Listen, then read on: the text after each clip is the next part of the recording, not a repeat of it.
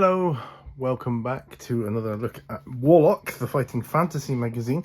This time we're on issue 4. It's still a Penguin magazine, it's still 95p, it's still quarterly. I love the way it says it's volume 1, number 4 quarterly. So they clearly, the original intent was clearly to produce more than they ever did. So if we've got here, there's some cool looking orcs on like a giant eagle or a rock or whatever it is. We've got here tricks and traps, expanding fighting fantasy, artist profile, Ian McKay, he's one of my favourite artists, competitions, cash prizes, terrifying new adventure amongst the sand dunes of the Dervish Stone. So that's the front cover, again with the classic fighting fantasy logo on it. So 95p here in the UK, or it was. In Australia it was $2.50. Recommended, I like that. Canada, $1.95, and New Zealand, $3.95. Now on the back, let's have a look at the back. Oh look, we've got something a bit different here on this issue 4. Adventure Gamebooks from Puffin. Congratulations, fearless hero. You managed to survive the horrors of 10 terrifying fighting fantasy gamebooks. So the first 10, they're right there, with only a few bloody scars on your way. But do not become complacent, fool. The relentless game masters Steve Jackson and Ian Livingstone have far greater and more bone-crunching challenges in store for you. Sharpen your sword, punch up your wounds, watch out, your stamina is about to be tested again. 2 new fighting fantasy adventure game books are on the way. That looks like Talisman of Death cover there. Yeah, so here it's got the credits to them here. Although as some of us may know, Steve Jackson and Ian Livingstone, they didn't write all of the fighting fantasy game books. In fact, they only really wrote mostly the early ones, but that's topics for another time. So let's have a look then. Let's open it up. Wow, so this is cool. Excuse me. This is cool. We've got fighting fantasy jigsaws here. Now I'll tell you what, I would buy one. I'm not really into jigsaws, but I'd get that on there, the Forest of Doom cover. Maybe even the Warlock of Firetop Mountain cover. Definitely. Look at this, like, Dear Adventurer. Another year of fighting fantasy is before us, and it looks like being a monster. Lots of game books are coming out. See fighting fantasy news, blah, blah, blah, blah. In this issue, we feature the winning entry of the adventure competition of Warlock 1. Congratulations to Paul Struff for creating the Dervish Stone. We also congratulate Ian McDonald for winning the cartoon competition of Warlock 2. His wily wizard Arkinor captures the spirit of the lighter side of fighting fantasy, and we needed cure light wounds spells cast on us to fix our split sides. We hope that Arkinor will continue to be a regular feature of Warlock. Yeah, it just talks a bit more. Lays it all out as usual. I was seriously hoping this was going to be a real regular thing. Out of the pit. So this is obviously when they do these out of the pit things, these monsters, that gives you the stats and a little bit about them. It's clearly telling you, or not telling you so much, it's clearly encouraging you, I would say, to try and write your own adventures, probably for them, so that they can use you to write future fighting fantasy books. Profile number 2, an interview with Ian McKay. That's cool. So here, blah blah blah. There's a lot of more of cartoon stuff in this issue. Tricks and Traps by Ian Livingstone. Even the hardy adventurers often have a difficult time overcoming all the monsters they encounter on their quests, but I'm sure that many have suffered wounds caused not by monsters but by devious traps that are set inside the game books. How many have bad memories of the portcullis levers in the Warlock of Firetop Mountain, or the deadly devices riddled throughout the Death Trap dungeon? Traps are the perfect obstacles to thwart even the toughest adventurers, since overcoming them often requires brain instead of brawn. Just talking about various traps you can use, I guess. And again, another competition, tricks and traps competition. In Fighting Fantasy Gamebooks, we guarantee the nastiest of surprises, but perhaps you may have designed a feat trick or trap of your own, which you may wish to test on our intrepid readers. If you have, then Penguin are offering cash prizes for the best of them. So this is cool. I love the artwork and all this sort of stuff. I'm not a fan, I've got to be honest, of cartoon stuff like this. I'm just not. I find it hard to process now. I can read it alright, I find it hard to get into with my old brain, you know. I've never really been into that sort of jokey sort of stuff. I mean, to me, I was complete nerd, traditional. I needed the seriousness of the game. Warlock's Quill. Here's letters from intrepid adventurers. Yeah, so what people started writing in, I guess they had a lot.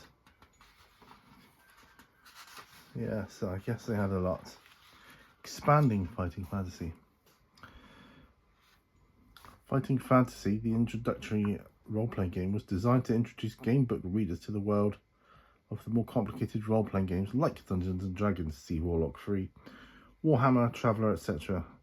As these RPGs can be quite difficult for the new player, Fighting Fantasy simplified many of the rules and cut out a lot of paperwork, so that players familiar with the gamebooks could start playing with minimum hassle. Because of this, many areas covered by the more complicated RPGs were left out. Warlock has had many letters from readers and players suggesting additional rules for Fighting Fantasy. In the first article, Graham Davis sets out his own suggestions on how adventurers can gain experience and actually become stronger or more skillful the more they play. But there's, you know, they've already mentioned why they didn't do that. And personally, I think they were right to leave it simplified. But look at how far it's come now, and you can definitely tell you're reading a magazine from a different era altogether, where it talks about D&D, that kind of thing, as if it's part of the same,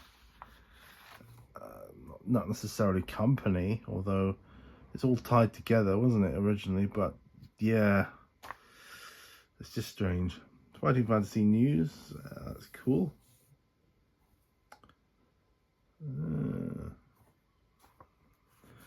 So it's telling you about the new up-and-coming Fighting Fantasy books here. Wow.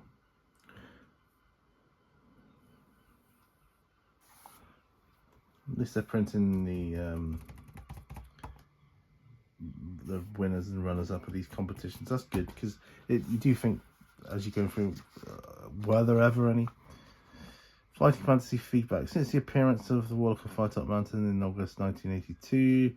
Blah blah. Please send suggested completed questionnaires to Fighting Fantasy feedback. Blah blah blah. What is the most exciting fantasy game book you've read? Oh, well, over time, I suppose it might have been Freeway Fighter, but you know, as you may or may not know, I'm going through them all again. As an adult, an older person, if that works better, to see how they are. You know, there's a few people doing that on YouTube now. They're doing a really good, grand job of it. But yeah, so it's difficult for me to say a favourite, because, you know, at the moment my memories are of my young teenage me. What my memory was of it then, it's probably different to what it will be when I do them now. I've only completed the Warlock of, well, I don't mean completed, I've only gone through the Warlock of Firetop Mountain and Citadel of Chaos at the moment. Which game book did you find most difficult to complete? For me, it was always Starship Traveller. Which game book features the best cover art? Ooh. Early on, it was Forest of Doom for me. Which game book featured the best interior, black and white illustration? What's your favourite monster? Most fighting fantasy games have featured a sword and sorcery theme. Would you like some of the future books to be based on different themes? Yes or no? Yeah, it was alright. I mean, I like the fight, you know, the sword and sorcery theme. Although they got one suggesting a time travel. I don't think they ever did a time travel one. They might have done, but I haven't come across it yet. I haven't got them all. I've got about 40 altogether. Superheroes, I know they did. Pirates, I know they did. Horror, they've done. Science fiction, they've done. Espionage, I don't know about that. Wild West, I don't know. War, I don't know. Time travel, I don't know. But yeah, the superheroes, Samurai, they've done. Yeah, the superhero one was quite good. Appointment with Fear. Which fighting fantasy game books have you bought? Please circle. Which sorcery game books have you bought? All of them. Which magazines do you read? Oh, well, reading this one till you stop producing it, mate. Did you enjoy the Fighting Fantasy board game in Warlock 3? and well, I won't go through them all. So they're after information. I suppose they're doing market research. This is how market research was done back in the 80s, folks. The Dervish Stone. Wow. This is cool. So nice. I like it. This is the person who did his own adventure. It only goes up to 200, like these magazine ones do. They're like mini fighting fantasy games, really. But yeah, fair play. I've never played it. I look forward to doing it at some point. And I include that on my fighting fantasy playthroughs. This is all cool. There we go, 200. And you've won. Cartoon character competition, sorry. First prize £20. 5 runners up £10 and the rules. Yeah, I'm just not into the whole cartoon thing. But look now, sorcery books advertisement, and it features all 4 sorcery books. Cool. So they're now all out. That's good. Well, that is it, folks. That is Warlock, the Fighting Fantasy Magazine, issue 4. Thanks for watching this. Do give the video a thumbs up if you can. Share it if you can. Or even better, hype it. That'll push it through the algorithms. If you've got any hypes left today, please do that. And I'll catch you on another video. Bye for now, folks. Bye-bye.